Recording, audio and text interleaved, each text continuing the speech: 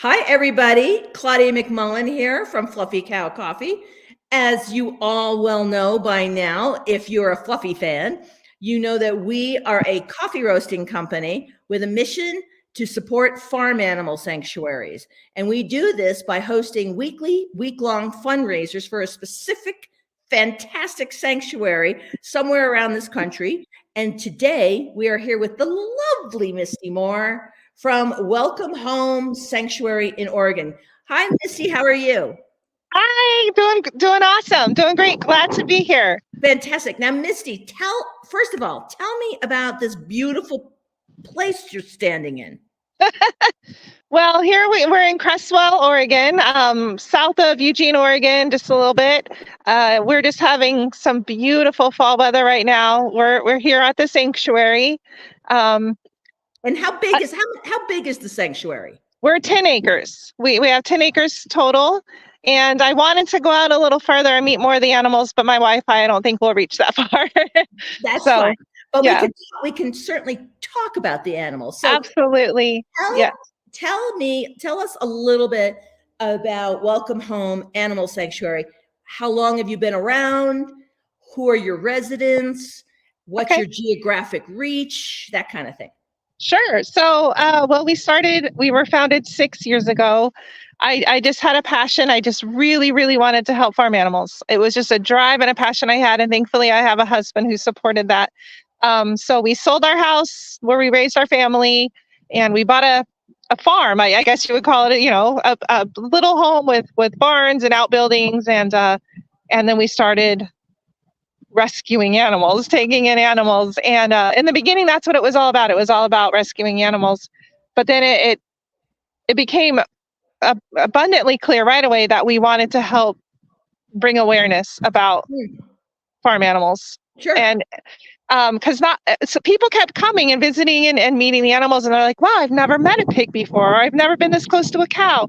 And just watching that magic happen was so special. And so yes, it's still about rescuing, but it's also about education for us and just letting the animals be ambassadors for their breeds and their species and their sentientness. Is that a word? Sentientness? Yeah. Their sentientness. I think that is a word. And if it's not, we just coined it because I like it. Because I like it. Now, what I love about what we do at Fluffy Cow is we get to meet people like you, right? We love meeting the farm animal sanctuary folk out there in this country and the great work that they're doing because of this very idea that not very many people are really aware of farm animal sanctuaries. They're not, a lot of people, I mean, everybody knows about cats and dogs, right? Everybody knows they have feelings and they're sentient beings and they feel pain and love and abandonment. But people don't think about often that all animals are sentient beings that feel pain and love, abandonment, comfort, health. So I love that you're out there educating people about this very important fact. Yes, and that's been a very magical part of this is watching that connection. People make that connection or the light bulb goes off or they say, maybe not in the moment, but they'll send me an email after the fact and say, I didn't know. And just thank you. And thank you for letting me, have a place to learn that. And that's what's so powerful. And also like you were saying, farm animals, just like dogs and cats, they experience, all the same pleasures, difficulties, all the same things. But watching like the farm animals that we've rescued who didn't always know kindness at the hands of humans, like learn to trust again and learn to love again, and to be able to share that story with people is so inspiring to so many people and us every day, So it's a magical life. It's so really magical. It really is. And the other thing is people don't realize how short animals' lives are in industrial farming and food manufacturing.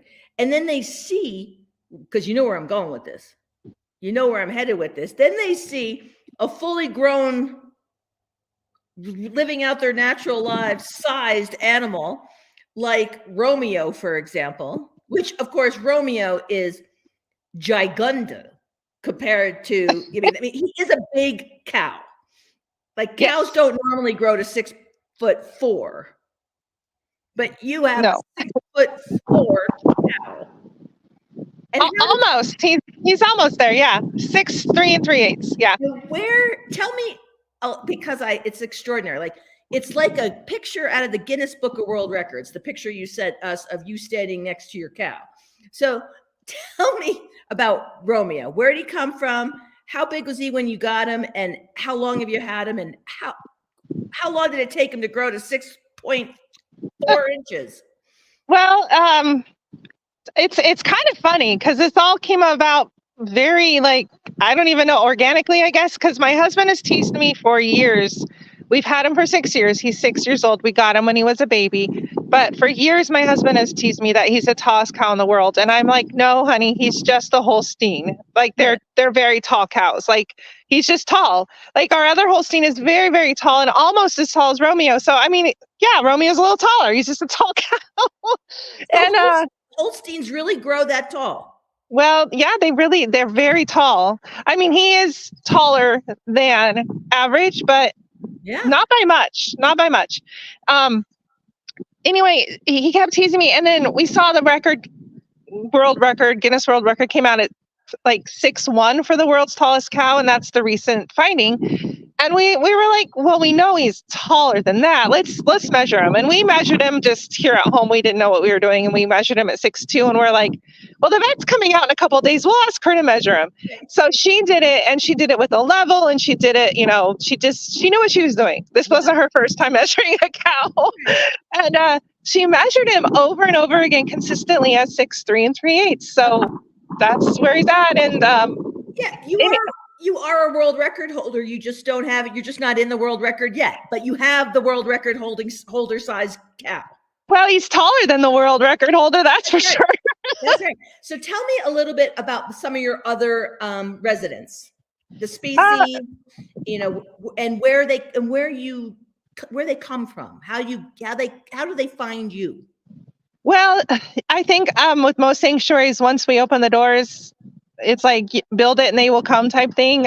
Immediately, we were like overwhelmed with the need immediately. So people find you, I guess, through our website, internet search, and you just get calls and emails still to this day, like every day. It's really hard because there's a lot of need. But we have 79 animals, everything from cats and dogs. But the farm animal side of it, goats, obviously cows,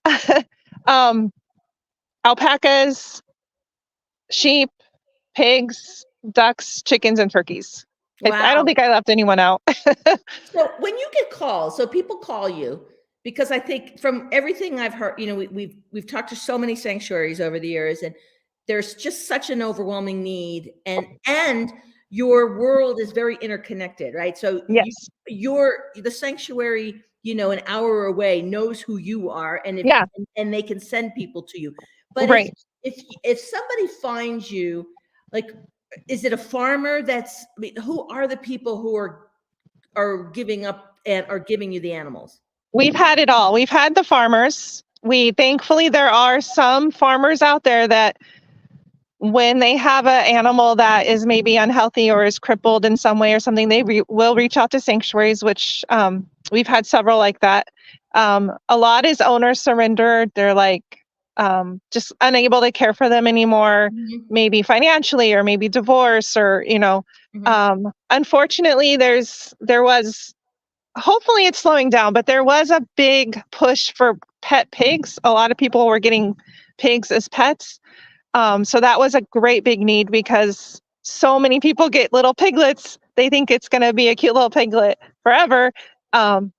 and then they grow really way bigger than they expected, or they're just a lot more work. They're not like a dog or a cat is going to be, they have different needs. Right. And people do this in like apartments. I know. Yeah. That's definitely true. So yeah, we have a lot of pigs. But yeah, I mean, it's a little bit of everything. Sometimes it's just like, family members passed away and they need to find placement for those animals, or it's honestly every situation you can think of. That's where they come from. I mean, thankfully, I am all sorry. I didn't mean to interrupt you. No, go ahead. I am always impressed though, because there's this idea that all farmers are just bad and they're in it for the money, and there are those ones, but we have been reached out to by quite a few farmers that want to help these animals. They don't want to invest the money into helping these animals, but they do want to find them a safe place, and I do thank them for that, because we do have quite a few animals from those situations. Sure. Now tell me a little bit about, so people come out, they could come out to welcome home. Do they have to make an appointment? Like, do you have visiting hours? Like, how does that work? And is it individual or group? And tell me more about me. Like, if I was in Oregon and I want near Eugene and I wanted to stop by and say, hey, to Romeo, how would I arrange that? You would just contact me and say, hey, I want to come meet Romeo. And I'd say, okay, let's make it work. And then we figure out what time works for everybody and you come on out. So we basically do those tours like that when they're here. Even if they just want to meet Romeo, I introduce them to everybody. They get the whole tour. And I get to share the animal stories. That's really important to me. And just watching the ideas kind of come together and those seeds get planted for people. And I really work hard to make sure it's not in a pushy way. It's not in a like trying to make them feel bad way, but it's just like, this is just the reality. Like, where Romeo came from was a veal crate. He literally was rescued from a lady who went to a dairy and was able to secure the release of 5 male calves that were in veal crates, and that's the reality. That's that. And so when people hear that, they're like, oh, I didn't really put 2 and 2 together that dairies have no use for males, and what's so cool about this though too, Misty, is every time it's almost like spaying and neutering. Like every time you educate somebody and you see the light bulb go off, that they go home and they're talking about it to people. Yeah, right? I hope so. That new knowledge, that new awareness, and it has a ripple effect, which is so much. And I mean, taking care of 79 animals is fantastic, but the ripple effect of knowledge is, it factors your impact. It's fantastic. Yeah, unfortunately, sanctuaries can't save them all. We just can't. No. It's an impossible task. So it is through knowledge and education is the only hope that we have to like put an end to the suffering. And 100%. I'm trying to keep it upbeat. I don't want to talk about sad things, but it is our goal is to someday. I mean, we rescue, but we hope someday we don't have to. Sure, that's every animal rescuer's hope of any species there is out there in the world. Hey, absolutely. It's our hope at Fluffy Cow. It's our hope at Go Coffee. I mean, this is why we do what we do, is for that same purpose, knowing that it's a monumental, impossible task, but we can only do what we can do. Right? Right. And that's, oh gosh, can you hear Pickles? I'm going to turn the camera to Pickles. He's excited to talk. Hi, Pickles. Let me see you. Hey, Pickles. Hi. I don't know. Am I showing him? Here. Yes, he's beautiful. Sorry. Okay. He came out. He's very excited to share a story. I think he wants to talk too. Awesome. That's awesome. All right. Oh my God, Pickles! It just makes me want to hug and kiss on Pickles. Yeah. Oh yeah. He's very lovable, very huggable and kissable. That's for sure. Fantastic. He's our resident troublemaker, though. He's always causing some kind of trouble. That's awesome. That's great. All right. Now, so listen, Misty. Let's talk a little bit about the fundraiser.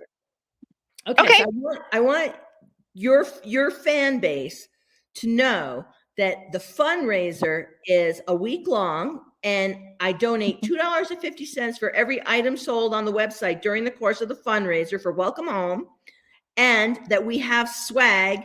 If you don't drink coffee, by the way, the coffee's fantastic, but if you don't drink coffee, we have really fun swag. And It is. We have species specific swag.